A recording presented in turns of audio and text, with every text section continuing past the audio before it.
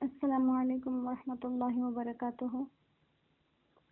الحمد للہ کفا وسلام علی عبادہ الذین اصطفى اما بعد فقد قال اللہ تبارک وتعالی فی کلامہ المجید والفرقان الحمید اعوذ باللہ من الشیطان الرجیم بسم اللہ الرحمن الرحیم لقد یسرنا القرآن للذکر فهل من مدکر وقال النبي صلى الله عليه وسلم خيركم من تعلم القرآن وعلمه أو كما قال عليه الصلاة والسلام اللهم صل على محمد وعلى آل محمد كما صليت على إبراهيم وعلى آل إبراهيم إنك حميد مجيد اللهم بارك على محمد وعلى آل محمد كما باركت على إبراهيم وعلى آل إبراهيم إنك حميد مجيد ربي زدني علما ربي زدني علما ربي زدني علما رب اشرح لي صدري ويسر لي أمري واحلل عقدة من لساني يفقهوا قولي ربي يسر ولا تعسر وتمم لنا بالخير وبك نستعين وبك نستغيث الحمدللہ الحمدللہ۔ ایک نئے دن کے ساتھ اور ایک نئی بات اور قرآن کی سمجھ کے ساتھ اللہ سبحانہ و تعالی نے ہمیں پھر سے بیٹھنے کی توفیق عطا فرمائی ہے، اور آج بھی اس کے فضل اور کرم سے جس کو اس نے محبت کی نظر سے پہلے دیکھا ہوگا وہی آ کر اس کی محبت میں بیٹھ جائے گا۔ انسان کا بیٹھنا اللہ کی محبت پر ہے۔ جب وہ اللہ انسان کو محبت کی نظر سے دیکھتے ہیں اسے اپنے دین کے لیے قبول فرما لیتے ہیں۔ اللہ سبحانہ و تعالی ہمیں اس بیٹھنے میں اخلاص نصیب فرمائے، اخلاص والے بنا دے ہمیں۔ حضرت معاذ رضی اللہ تعالیٰ عنہ فرماتے ہیں کہ جب حضور صلی اللہ علیہ وسلم مجھے آخری دفعہ یمن کا گورنر بنا کر بھیجنے لگے تو میرے ساتھ میری سواری کی لگام پکڑتے ہوئے آبادی سے باہر تک چلتے آئے، اور میں نے کہا بھی کہ میں سواری سے اتر جاتا ہوں، لیکن آپ نے فرمایا کہ نہیں، میری کچھ باتیں سن لو، ہو سکتا ہے جب تم واپس آؤ تو تمہارا گزر میری قبر پر سے ہو۔ حضرت معاذ رضی اللہ تعالیٰ عنہ فرماتے ہیں کہ میں بہت اس بات کو سن کے پریشان ہو گیا،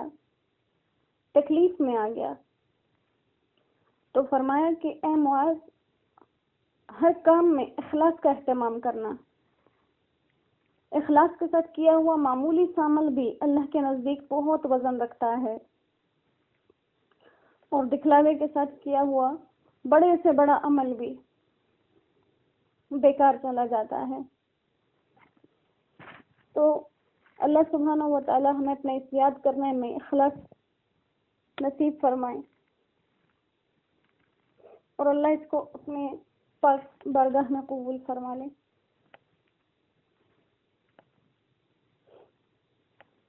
سورۃ النساء ہے، آیت نمبر 77۔ اعوذ باللہ من الشیطان الرجیم بسم اللہ الرحمن الرحیم الم تر الی الذین قیل لهم کفوا ایدیکم واقیموا الصلاة وآتوا الزکاة فلما كتب عليهم القتال إذا فريق منهم يخشون الناس كخشية الله أو أشد خشية وقالوا ربنا لما كتبت علينا القتال لولا أخرتنا إلى أجل قريب قل متاع الدنيا قليل والآخرة خير لمن اتقى ولا تظلمون فتيلا أينما تكونوا يدرككم الموت ولو كنتم في بروج مشيدة وإن تصبهم حسنة يقولوا هذه من عند الله وإن تصبهم سيئة يقولوا هذه من عندك قل كل من عند الله فما لهؤلاء القوم لا يكادون يفقهون حديثا ما أصابك من حسنة فمن الله وما أصابك من سيئة فمن نفسك وأرسلناك للناس رسولا وكفى بالله شهيدا ألم تر إلى الذين کیا آپ نے نہیں دیکھا ان لوگوں کو قیل لہم جب ان کو حکم ہوا تھا کفو ایدیکم کہ روک کر رکھو اپنے ہاتھوں کو وَأَقِیمُوا الصَّلَاةَ نماز قائم کرو وَآتُوا الزَّکَاةَ اور زکوٰۃ دیتے رہو فَلَمَّا كُتِبَ عَلَيْهِمُ الْقِتَالُ پھر جب ان پر حکم ہوا لڑائی کا اذا فریق منہم تو ان میں سے ایک گروہ اس وقت یخشون الناس ڈرنے لگے لوگوں سے کخشیت اللہ جیسے ڈرنا چاہیے اللہ سے او اشد خشیہ یا اس سے بھی زیادہ ڈرنے لگے وقالوا اور کہنے لگے ربنا لما كتبت علينا القتال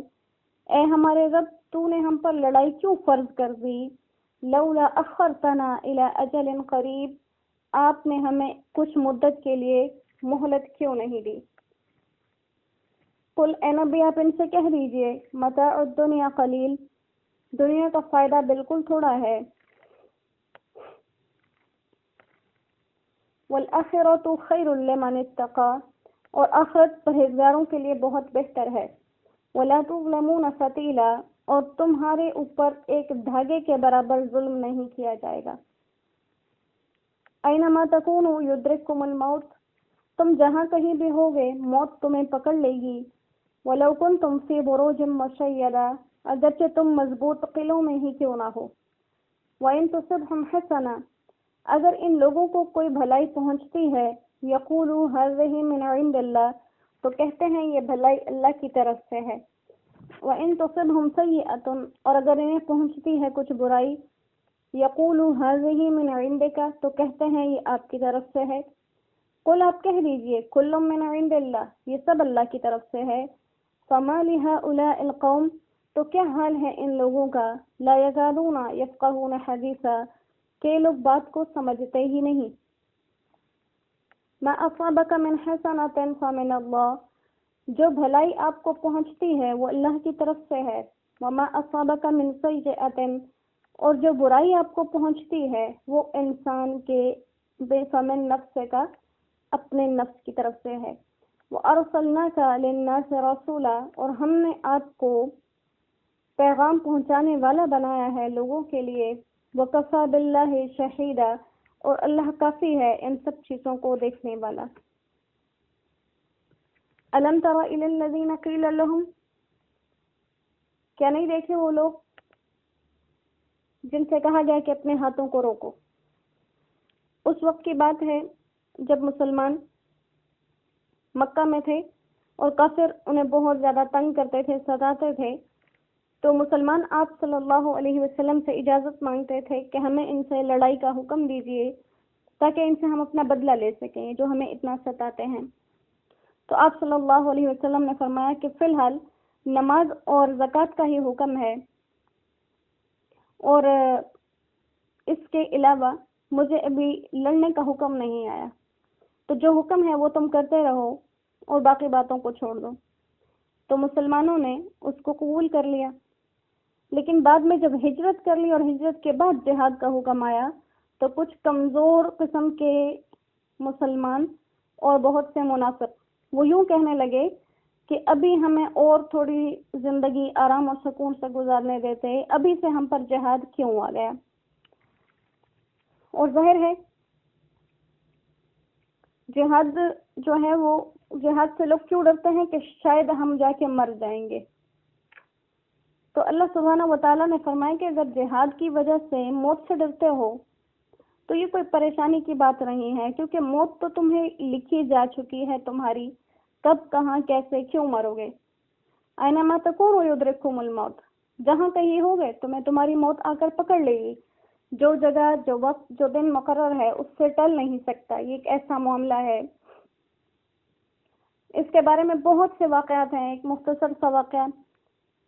جیسے ایک آدمی حضرت سلیمان علیہ السلام کے دور کی بات ہے، ایک آدمی حضرت سلیمان علیہ السلام کے دربار میں بیٹھا ہوا تھا، تو اتنے میں باہر سے ایک دوسرا آدمی آیا۔ وہ جو بیٹھا ہوا شخص تھا اس نے حضرت سلیمان علیہ السلام سے کہا کہ جو آنے والا شخص ہے یہ مجھے بہت بری نظروں سے گھور کے دیکھ رہا ہے، مجھے اس سے ڈر لگ رہا ہے، آپ مجھے یہاں سے کہیں بہت دور بھیج دیجیے۔ تو چونکہ حضرت سلیمان علیہ السلام کو اللہ نے ہواؤں پر بھی بادشاہی عطا کی تھی، انہوں نے ہوا کو حکم دیا، وہ وہاں سے ہزاروں سال دور کے فاصلے پر اس کو ہوا چھوڑائی۔ جیسے ہی وہ آدمی وہاں پہنچا، اس نے دیکھا کہ وہ سلیمان علیہ السلام کے دربار میں آنے والا وہی شخص جس کے ڈر سے وہ یہاں آیا تھا، وہ فوراً ہی اسی پہاڑ پر، اس علاقے پر پہنچ گیا۔ تو اس نے پوچھا اس سے کہ میں تو تم سے ڈر کے یہاں آیا ہوں اور تم یہاں بھی پہنچ گئے اور تم وہاں بھی مجھے گھور گھور کر غصے سے دیکھ رہے تھے، یہاں بھی آ گئے ہو۔ تو اس شخص نے کہا کہ میں موت کا فرشتہ ہوں، میں ملک الموت ہوں، مجھے اللہ سبحانہ و تعالی نے کچھ دیر کے بعد تمہاری جان قبض کرنے کا حکم دے رکھا تھا، اور جب میں سلیمان علیہ السلام کے دربار میں آیا تو تم وہاں بیٹھے تھے۔ تو مجھے تعجب ہوا کہ ہزاروں سال دور بیٹھا ہوا یہ شخص کچھ دیر کے بعد وہاں کیسے پہنچے گا، مجھے تو اس کی جان قبض کرنے کا حکم ہے۔ تو تم نے خود فرمائش کی اور سلیمان علیہ السلام نے تمہیں یہاں پہنچا دیا۔ تو اس لیے فرمایا کہ موت سے اگر ڈر رہے ہو کہ جہاد کرو گے مر جاؤ گے، تو یہ جہاد میں مر جانا ہر کسی کو نصیب نہیں ہوتا، ہر کوئی اتنا خوش قسمت نہیں ہے کہ اللہ کے لیے مر جائے۔ یہ بات ہم لوگ بھی اپنے ذہن میں رکھ لیں۔ کوئی کام بھی جو اللہ کے لیے ہے نا، اور جس سے لگتا ہے کہ ہمیں تکلیف پہنچے گی، ہم پریشان ہو جائیں گے، تو یہ بہت بڑے درجے ہیں، یہ اللہ کسی کسی کو دیتے ہیں۔ ہم اتنے خوش نصیب نہیں ہیں کہ کوئی ہمیں اللہ کے لیے ستائے۔ ہمارے نبی نے اللہ کے لیے، اللہ کے دین کے لیے پتھروں کو سہا ہے۔ ہم اتنے خوش نصیب نہیں ہو سکتے کہ ہمیں اس دین کے لیے کوئی ستائے۔ تو لہذا دین کے معاملات میں ان چیزوں پہ پریشان نہیں ہونا چاہیے کہ ہمیں تکلیف پہنچ جائے گی۔ خالد بن ولید رضی اللہ تعالیٰ عنہ، سیف اللہ لقب ہے ان کا، اللہ کی تلوار، اور یہ جنگوں میں ایسے لڑتے تھے، نڈر ہو کر لڑتے تھے، اور ہمیشہ کہتے تھے کہ یا اللہ مجھے عورتوں کی طرح چارپائی پر موت نہ آئے۔ لیکن ان کی وفات اپنے گھر پر اپنے بستر میں ہی ہوئی، اور انہوں نے وفات کے وقت یہ پیغام دیا تھا کہ لوگوں تک میرا یہ پیغام پہنچا دو کہ اگر موت میدان جہاد میں ہی ہونی ہوتی تو خالد یوں بے بسی سے اپنے بستر پہ نہ مرتا۔ تو یہاں پر اس چیز کو اپنے ذہن میں بٹھا لینا چاہیے کہ موت سے انسان کبھی بھی کہیں بھی بھاگ نہیں سکتا۔